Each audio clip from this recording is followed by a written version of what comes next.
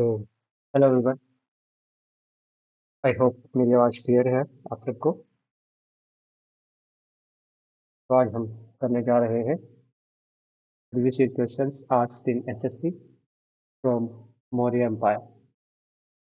मौर्य साम्राज्य से जितने भी लास्ट ईयर्स में क्वेश्चंस पूछे गए थे एसएससी द्वारा, आज हम उन्हें कवर करेंगे। फर्स्ट का पहला क्वेश्चन है, निम्नलिखित में से कौन सा सिलोन क्रॉनिकल था जो मौर्य साम्राज्य के एक महत्वपूर्ण साहित्यिक स्रोत के रूप में कार्य करता था? सिलोन जैसे कहते हैं, जो भी प्रेजेंट में श्रीलंका है हमारा, उसे सिलोन कहते थे। और सिलोन से लीड किया है महावंश। जो महावंश है, ये किसने लिखा था? ये महामना ने लिखा था। महानमा ने लिखा था। और इसमें लिखा था, ये पाली भाषा में लिखा गया था। पाली भाषा में लिखा गया था। इंडिका जो है, ये लिखा था मेगास्थनीज ने। मुद्रा राक्षस ये लिखा था विशाखदत्त ने। और अर्थशास्त्र ये लिखा था कौटिल्य चाणक्य जी ने। याद रखिएगा। सिलोन क्रॉनिकल जो मौर्य साम्राज्य के महत्वपूर्ण साहित्यिक स्रोत के रूप में कार्य करता है वो है महावंश। महावंश ये किसने लिखा था? महानमा ने लिखा था पाली भाषा में। इंडिका जो है वो लिखा था मेगास्थनीज ने। मुद्रा राक्षस ये लिखा था विशाखदत्त ने। और अर्थशास्त्र ये लिखा था कौटिल्य चाणक्य ने। नेक्स्ट क्वेश्चन है हमारा, निम्नलिखित में से कौन अंतिम मौर्य शासक था और उसकी हत्या उसके सेनापति ने की थी? तो वो थे बृहद्रथ। बृहद्रथ थे जिनकी हत्या पुष्यमित्र सुम्न ने की थी, जो कि उनके सेनापति थे।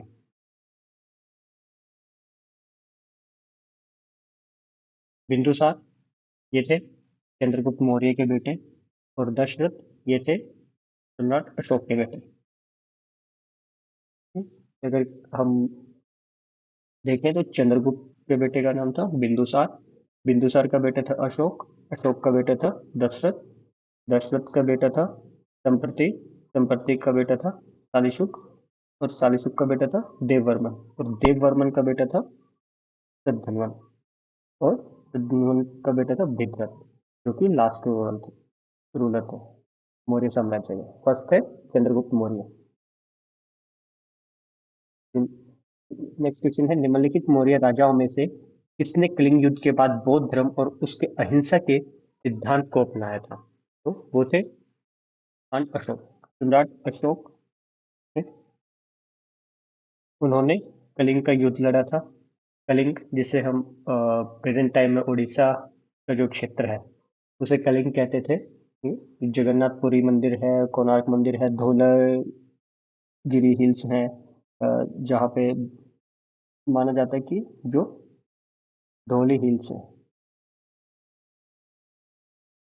धौली हिल्स है, वहाँ पर ये लड़ाई हुई थी।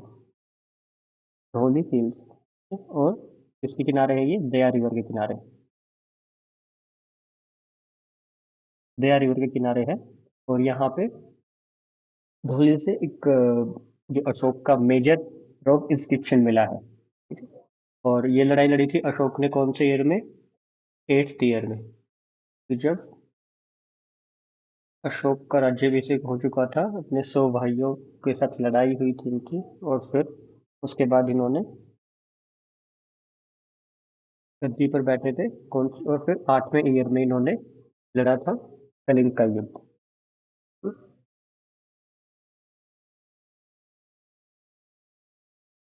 नेक्स्ट क्वेश्चन है, निम्नलिखित मौर्य राजाओं में से किसने आमरण अनशन किया और स्वर्ण बेलगोला में उनकी मृत्यु हो गई थी? तो वो थे हमारे चंद्रगुप्त मौर्य। चंद्रगुप्त मौर्य ने जो है जैन धर्म को अपनाया था। उसको अपनाया था जैन धर्म। ठीक है। और इसमें जैन धर्म में एक लेखना बोलते हैं पद्धति है, लेखना। इसके अंदर क्या होता है कि जब आपकी मृत्यु नजदीक होती है, जब बूढ़े हो जाते हैं, तो आप खाना पीना छोड़ देते हैं और भूखा रहना स्टार्ट कर देते हैं, जिससे कि आपकी मृत्यु हो जाती है। तो चंद्रगुप्त मौर्य ने क्या किया था? बिंदुसार को राज्य देकर कहाँ कर्नाटका में चले गए थे, श्रवणबेलगोला में, कर्नाटका में, और वहां पर उन्होंने सलेखना को अपनाया था और फिर अपना देह त्याग किया था। उन्होंने जैन धर्म को अपनाया था।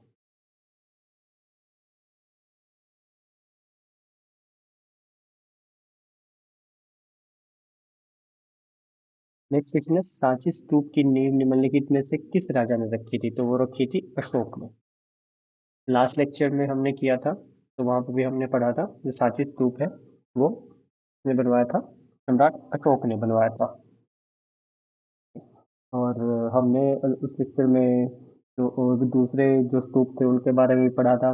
महाबोधि स्तूप के बारे में पढ़ा था, जो कि बोध गया में है, जहाँ पे भगवान बुद्ध ने अपना ज्ञान प्राप्त किया था, बोध गया में। वहाँ पर एक क्या है, महाबोधि स्तूप है, महाबोधि वृक्ष भी है वहाँ पर। ठीक है? एक है शांति स्तूप। शांति स्तूप ये कहाँ पे है? ये है लेह में, लेह लद्दाख, लेह लद्दाख में है शांति स्तूप। ठीक है। फिर एक है धम्मेक, धम्मेक स्तूप है, वो है सारनाथ में, यूपी उत्तर प्रदेश में, जहाँ पर भगवान बुद्ध ने अपना पहला उपदेश दिया था, सारनाथ में। एक है अमरावती स्तूप है, आंध्र प्रदेश में है। ड्रोडुल स्तूप है, सिक्किम में है। और एक यहाँ पे भी है, धौली ही धौलागिरी जो हिल्स हैं, जहाँ पे कलिंग का युद्ध लड़ा गया था, वहाँ पे भी एक स्तूप बना हुआ है। नेक्स्ट क्वेश्चन है, समहारता नामक अधिकारी का क्या कार्य था? तो समहारता का कार्य था कर निर्धारण करना, कर निर्धारण करना। तो मौर्य प्रशासन के दौरान ये होते थे, समहारता होते थे, अधिकारी होते थे जो कर निर्धारण का कार्य करते थे। ठीक है। नेक्स्ट क्वेश्चन है, अशोक ने अपने पुत्र महेंद्र और पुत्री संघमित्रा के नेतृत्व में धम्म के सिद्धांत को फैलाने के लिए एक मिशन भेजा था, और वो भेजा था कहाँ पे? सिलोन, जिसे श्रीलंका भी कहते हैं। तो सिलोन ने भेजा था वहां पर। और अशोक कौन से तीसरे सम्राट थे, थर्ड सम्राट थे। चंद्रगुप्त मौर्य के बाद बिंदुसार, और बिंदुसार के बाद अशोक, और अशोक के बेटे कौन थे? दशरथ थे। इन्होंने नियरली 268 BC में इन्होंने गद्दी पर बैठे थे, और लगभग 232 BC तक रहे थे। लगभग कितने साल हो गए? 36 ईयर के अराउंड। नेक्स्ट क्वेश्चन है, चंद्रगुप्त मौर्य के दरबार में यूनानी राजदूत मेगास्थनीज को किसने भेजा था? तो मेगास्थनीज को भेजा था सेल्यूकस निकेटर ने। सेल्यूकस निकेटर ने भेजा था, जो कि मैसेडोनिया के थे। सिकंदर जो थे उनके सेनापति होते थे ये। हम्म, उनका उत्तराधिकारी थे कौन? Seleucus Nicator. और चंद्रगुप्त मौर्य के साथ इन्होंने अपनी पुत्री का विवाह किया था। नेक्स्ट क्वेश्चन है, मौर्य सम्राट चंद्रगुप्त मौर्य ने निम्नलिखित में से किसे पराजित किया था? तो उन्होंने पराजित किया था सेल्यूकस निकेटर को पराजित किया था। और ये लिखा कहाँ हुआ है? ये लिखा हुआ इंडिका बुक में। जो किसने लिखी थी? मेगास्थनीज ने लिखी थी इंडिका बुक।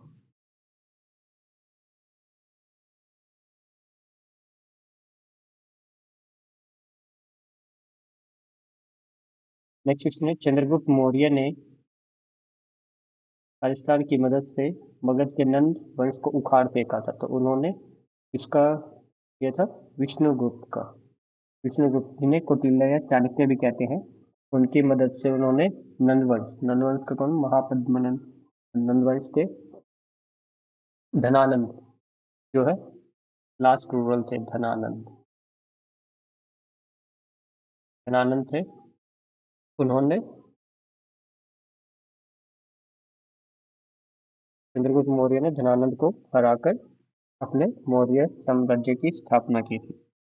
और ये लगभग हुई थी 321 ईस्वी में।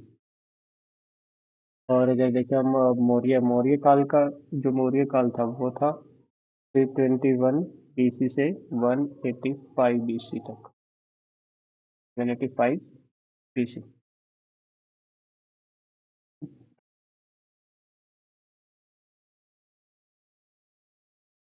नेक्स्ट क्वेश्चन है, सम्राट अशोक ने अपने राज्याभिषेक के कितने वर्ष बाद कलिंग पर विजय प्राप्त की थी? देखो, हमने सेकंड क्वेश्चन में भी देखा था, तो 8 वर्ष।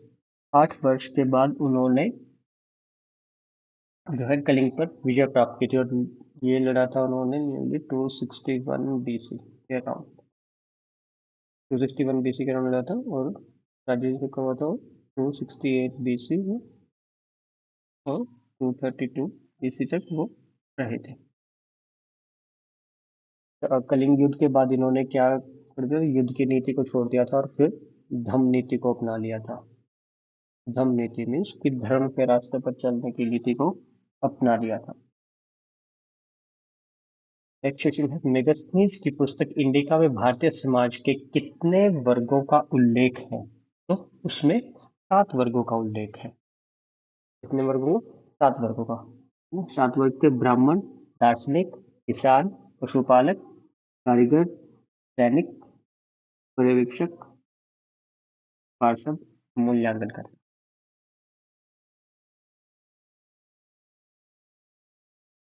और मेगास्थनीज ने कौन सी इंडिका लिखी थी? और उस टाइम पे जो थे अल बरूनी,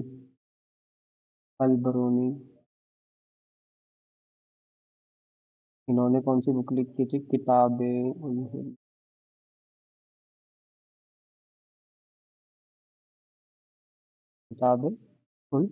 लिखी थी। और इब्न इब्न बतूता भी इंडिया आए थे, उन्होंने लिखी थी रिहला। रिहला लिखी थी उन्होंने। नेक्स्ट क्वेश्चन है, कौटिल्य के अर्थशास्त्र के अनुसार मौर्य साम्राज्य में प्रशासन में घुड़सवार सेना के कमांडिंग ऑफिसर को क्या कहा जाता था? तो उन्हें कहा जाता अश्वाध्यक्ष। अश्व से क्या होता है? घोड़ा, और अध्यक्ष उनको ऑफिसर। ठीक है, तो अश्वाध्यक्ष जो है वो घुड़सवार सेना का कमांडर, सेनापति होता था।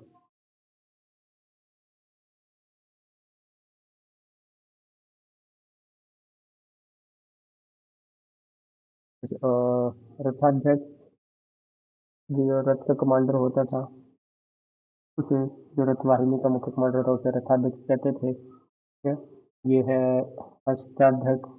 तो अष्टाध्यक्ष होता था जो हाथी की सेना थी, हाथी सेना थी, उनके कमांडर को कहते थे। और नायक नायक होता था, सुरक्षा अधिकारी होता था। अन्नपाल होता था, वो जो खाद्य विभाग, अनाज विभाग को मुखिया होता था, उसे अन्नपाल कहते थे। प्रादेशिक कहते थे, जो जिला का प्रशासन संभालता था उसे प्रादेशिक कहते थे। मंत्री मंत्री होता था, मुख्यमंत्री। युवराज होता था, जो प्रिंस, जो आगे क्राउन प्रिंस होता है, उसे, जो आगे बनने वाला राजा होता है, उसे युवराज कहते थे।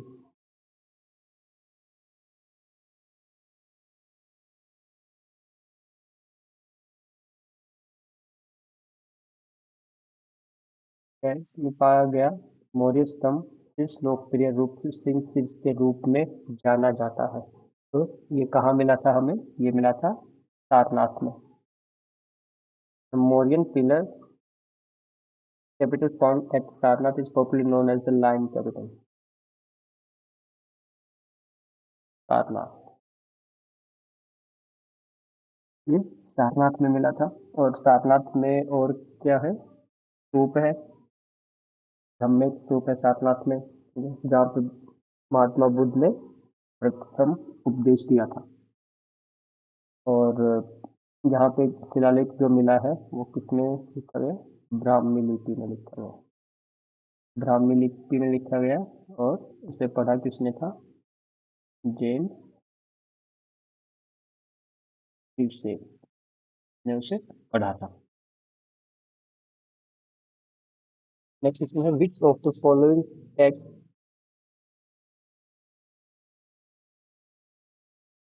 lays down minute details of the administrative and military organization during the Mauryan Empire? तो इसका अर्थ है अर्थशास्त्र। अर्थशास्त्र ये लिखी थी किसने? कौटिल्य जी ने लिखी थी। अर्थशास्त्र लिखी थी चंद्रगुप्त मौर्य के जो प्रधानमंत्री थे कौटिल्य, उन्होंने लिखी थी अर्थशास्त्र। नागार्जुन गुफाएं मौर्यों द्वारा निम्नलिखित में से किस संप्रदाय को दान की गई थी? तो ये दान की गई थी आजीविक, आजीविक संप्रदाय को दान की गई थी। इसकी स्थापना किसने की थी? इसकी स्थापना की थी गौशाला मस्करीपुत्र।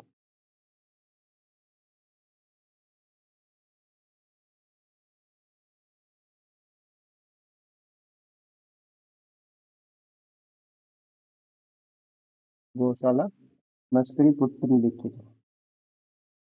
अच्छा, लास्ट क्वेश्चन में हम ये भी देख लेते हैं कि ये वृत्त संहिता, ये लिखी थी किसने? ये ब्राह्मीहित ने लिखी थी।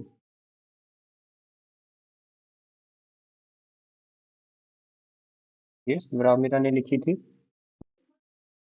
और ये रिलेटेड किससे थी? ये थी वास्तुकला से रिलेटेड थी। मंदिरों के जो निर्माण था उसकी वास्तुकला थी।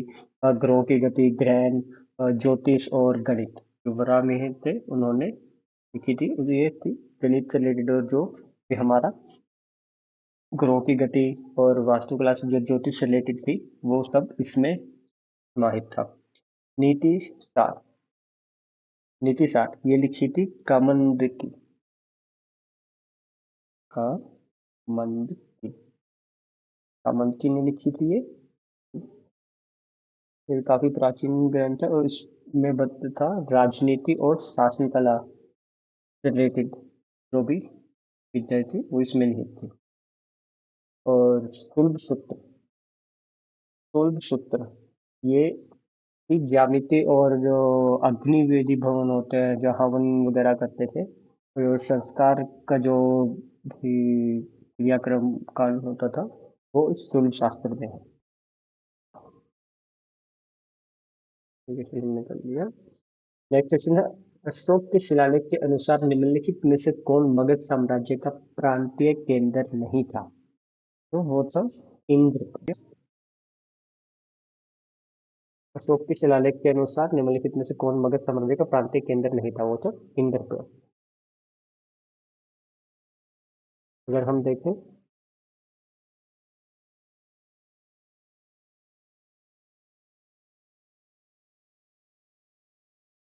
कौन कौन से प्रांतीय जो क्षेत्र थे वो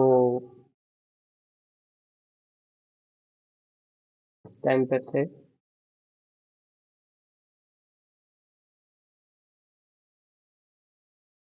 तोसली था, उज्जैनी था, तक्षशिला था।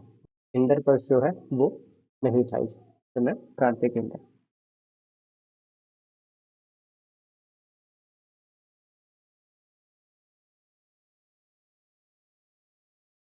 अब इंद्रप्रस्थ में एक शिलालेख जरूर मिला था, जेम्स प्रिंसेस के द्वारा वो पढ़ा गया था।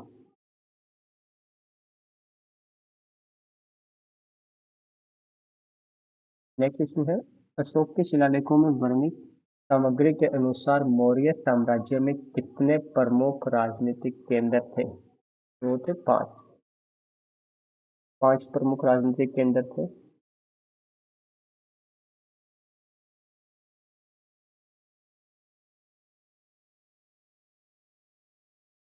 इस मौर्य शासक को यूनानियों ने अमित्रोचेटस कहा था।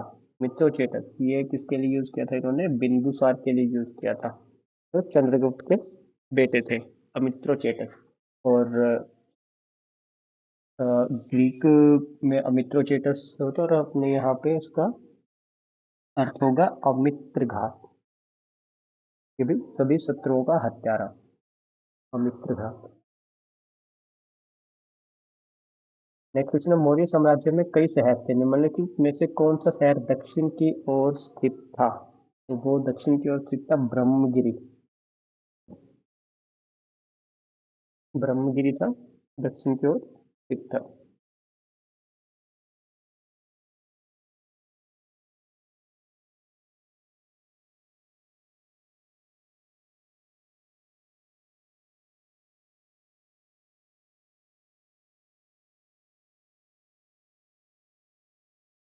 निम्नलिखित में से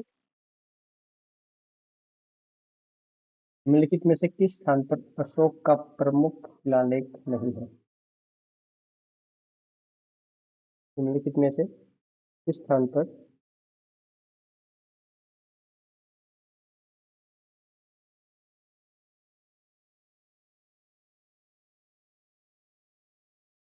गुजराती इशू आ चुका है? आदमी वाले से हम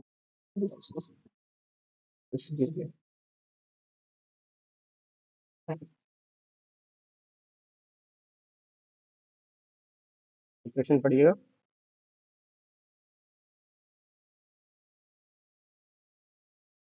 हाँ जी। निम्नलिखित में से किस स्थान पर अशोक का प्रमुख शिलालेख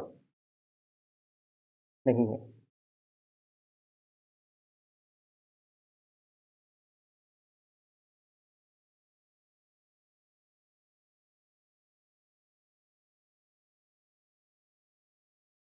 तो इसमें आंसर है हमारा सांची।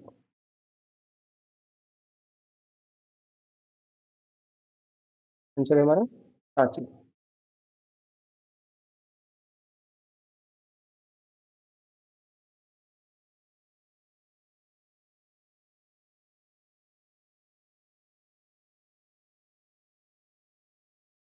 नेक्स्ट इसमें अशोक के स्तंभों के पीछे क्या उद्देश्य था? तो इसके पीछे आता धर्म नीतियों का प्रचार करना। धर्म नीतियों का प्रचार करना।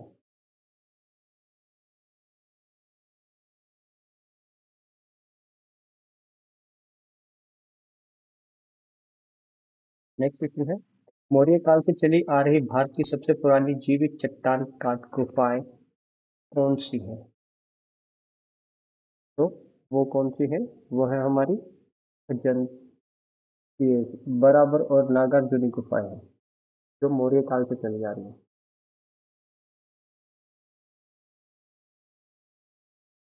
बराबर और नागार्जुन गुफाएं ये है कहाँ पे? ये है बिहार में। ये बिहार में है, बिहार के जहानाबाद जिले में है।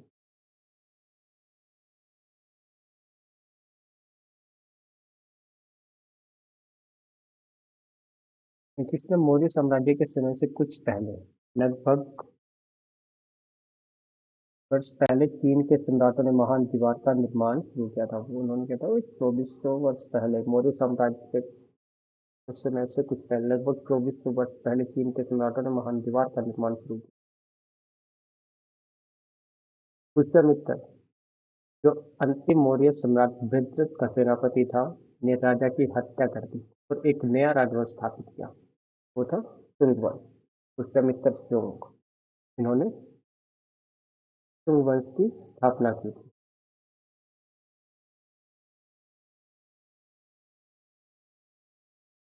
नेक्स्ट क्वेश्चन है हमारा अशोक ने अपने क्षेत्र की सामाजिक समस्याओं के समाधान के लिए धम्महत्ता को नियुक्त किया था। दूसरे पढ़ेंगे अशोक ने अपने क्षेत्र की सामाजिक समस्याओं के समाधान के लिए धम्महमत को नियुक्त किया था। ठीक है। और इन ये कौन सी तीर्थ तीर्थ प्रशासन के अंदर आती थी और इनके अंदर कितने थे? 18 तीर्थ। अच्छा, अमात्य। अमात्य होता था जो सबसे उच्च पद का अधिकारी होते थे।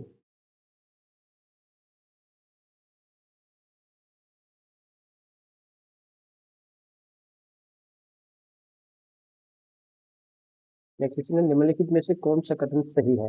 अशोक के अधिकांश शिलालेख ब्राह्मी लिपि में लिखे गए थे।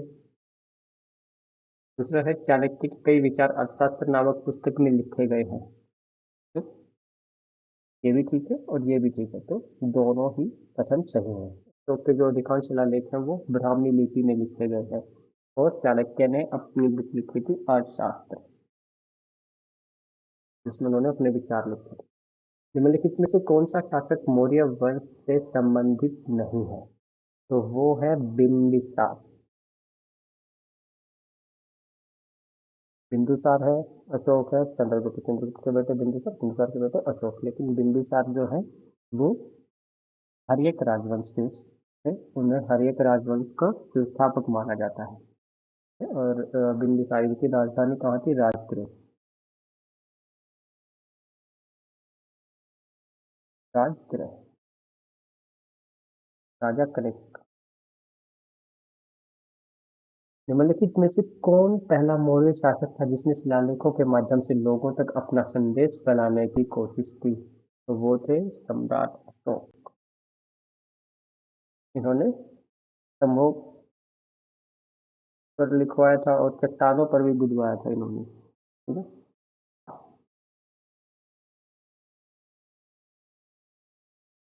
और कितने इम्पोर्टेंट इसमें से 14 शिलालेख जो है इम्पोर्टेंट है। ठीक है।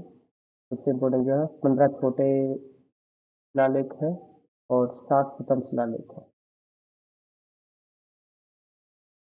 निम्नलिखित में से कौन सा नाम प्राचीन यात्रियों जैसे मेगास्थनीज, फाहियान, हुएसांग, अल-बिरूनी, इब्न बतूता आदि ने भारतीय व्यापारियों के सक्रिय योगदान के लिए भारतीय उपमहाद्वीप के लिए इस्तेमाल किया था? और वो नाम था स्वर्ण भूमि।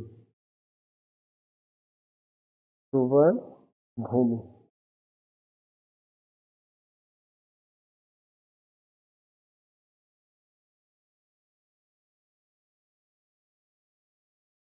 अच्छा, मेगास्थनीज ने कौन सी लिखी थी? पुस्तक इंडिका लिखी थी। ठीक है। फाहियान ने फो कॉफी लिखी थी। फुकोकी। फुकोकी। और हुएनसांग ने लिखी थी सी यू की। सी यू की। अल-बरूनी ने लिखी थी किताब उल हिंद। और इब्न बतूता ने लिखी थी द रिहला। नेक्स्ट क्वेश्चन है, हाइडेस्पस की लड़ाई में कौन से दो राजा लड़े थे? तो वो थे अलेक्जेंडर और पोरस। हाइडेस्पस। झेलम को भी कहा जाता है।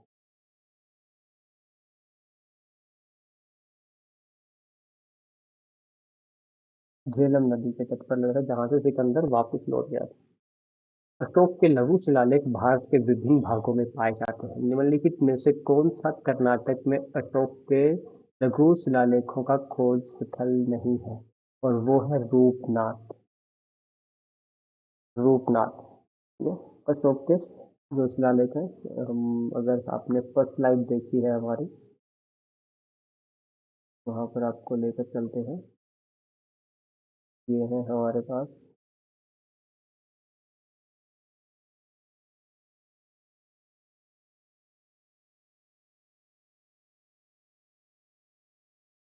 देखें।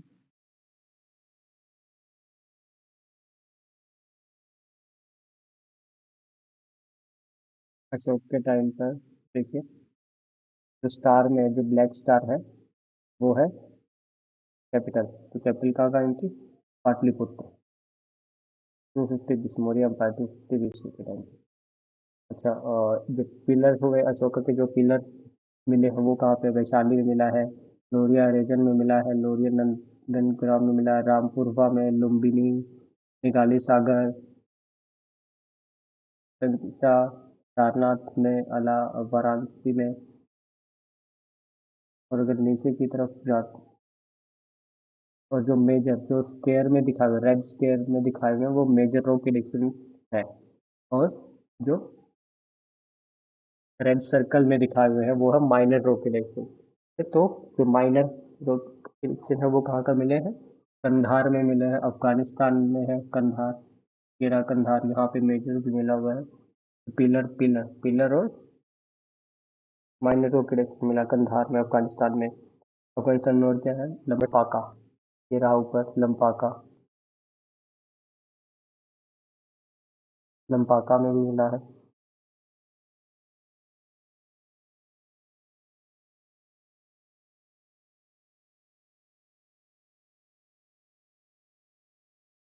और कहाँ मिला है? बहापुर, बैराट राजस्थान में, भाब्रू है राजस्थान में, गुर्जरा है एमपी में। गुर्जरा अब बिल्कुल सेंटर में देख रहे हैं, कौशाम्बी और इलाहाबाद के पास में गुर्जरा है, वहाँ पर मिला है।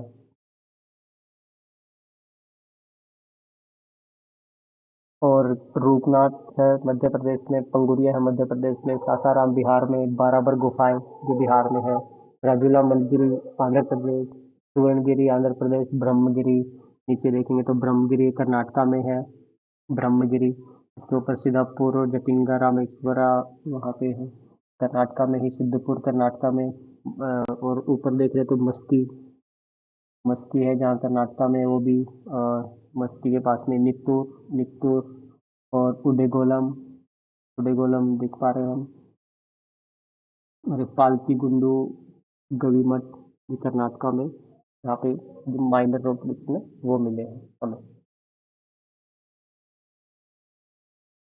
देखेंगे ये जो पूरा सारा कर्नाटका का है, नित्तूर उडेगोलम निरुदी राजगुला मस्की ये सारे क्या है माइनर रोक जो सर्कल में रिप्रेजेंट किए हुए हैं। एमपी में देखें तो रूपनाथ है, पंगुरिया है।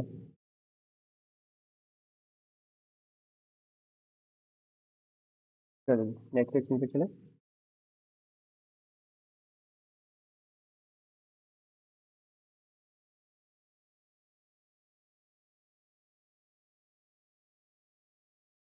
नेक्स्ट क्वेश्चन हमारा, कंठ शोधन नामक एक प्रकार का दरबार इस साम्राज्य में प्रचलित था। तो ये प्रचलित था मौर्य साम्राज्य में। कंटक शोधन मतलब कि भी कांटों को हटाना, कंटक शोधन कांटों को हटाना रियलिटी से था कि आपराधिक न्याय के संदर्भ में किया जाता था। और कौटिल्य ने अपनी पुस्तक अर्थशास्त्र में उन मामलों का भी उल्लेख किया है जो कंठ शोधक के अंडर आते थे। नेक्स्ट क्वेश्चन है, निम्नलिखित में से किसने 1877 में अशोक की शिलालेखों का एक सेट प्रकाशित किया था? तो वो थे अलेक्जेंडर कनिंघम। कौन थे? Alexander Cunningham. और अलेक्जेंडर कनिंघम को क्या कहा जाता है? जो भारतीय पुरातत्व सर्वेक्षण है उनके संस्थापक के रूप में भी जाना जाता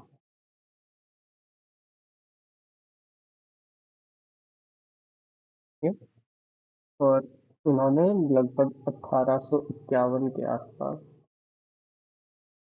जो बौद्ध स्मारक है उनकी खोज की थी, जिसमें सारनाथ है, संकाशिया है, सांची है। तो इन्होंने इन जगहों का उत्खनन करवाया था अलेक्जेंडर कनिंघम ने। नेक्स्ट क्वेश्चन, निम्नलिखित में से कौन अशोक के शिलालेखों को समझने वाला पहला विद्वान था? तो वो है जेम्स प्रिंसेप। कौन है? James Prinsep. जो ब्राह्मी लिपि में शिलालेख लिखे हुए हैं अशोक के, वो इन्होंने समझे थे। जो प्राकृत ब्राह्मी लिपि और खरोष्टी तीनों लिपियों का उपयोग करके लिखी गई थी, तो उन्होंने इसको डिकोड किया था। नेक्स्ट क्वेश्चन है, प्राचीन भारत में वह पहला साम्राज्य कौन सा था जिसने अपने युद्ध में बड़े पैमाने पर हाथियों का इस्तेमाल किया था? और वो है मगध। मगध साम्राज्य है।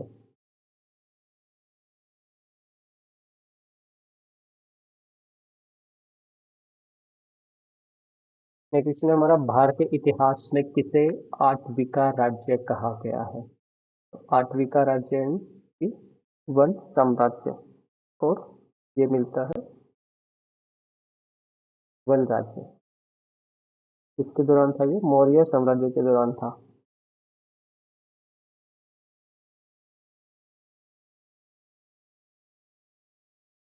निम्नलिखित में से कौन सा बलिदान प्राचीन भारत के राजाओं द्वारा अपनी स्थिति स्थापित करने के लिए किया जाने वाला बलिदान नहीं था? और वो था मूवेंद्र वेलन। वाजपेयी, राजसूय, अश्वमेध